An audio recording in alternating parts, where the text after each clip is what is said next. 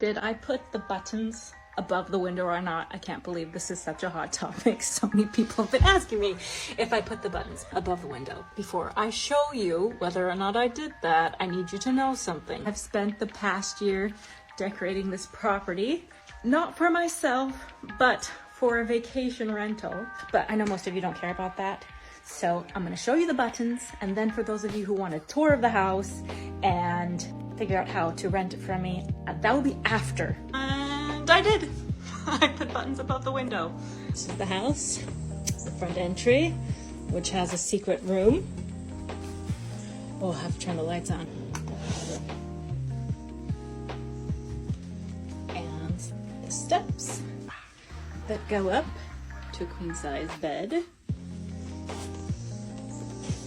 We'll go ahead and shut that door. Got the living room.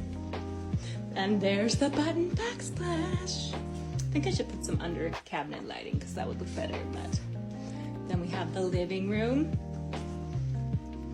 with big screen TV and so many puzzles because I love puzzles and games. Plus some books for kids to entertain themselves with. Oh, and there's coffee. And then we have the tile bathroom. And both of the bathrooms have this, which is a rainfall shower with jets. Because you have to try it sometime in your life, and not very many people have that in their house. And then we have, that's a closet, the primary bedroom with hammocks, which I love, which is why I put them in there. That's also a closet. Over here is the primary bathroom. Light up sinks, jets, and a waterfall shower head. Then outside, we have a glow-in-the-dark staircase. And to rent the place, all you need to do is go to my page. You're gonna go to this link in my bio, and then it will take you to my link tree.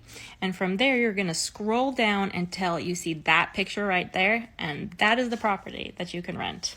And then you can choose the dates and how many people will be there, and you can come stay and see my property.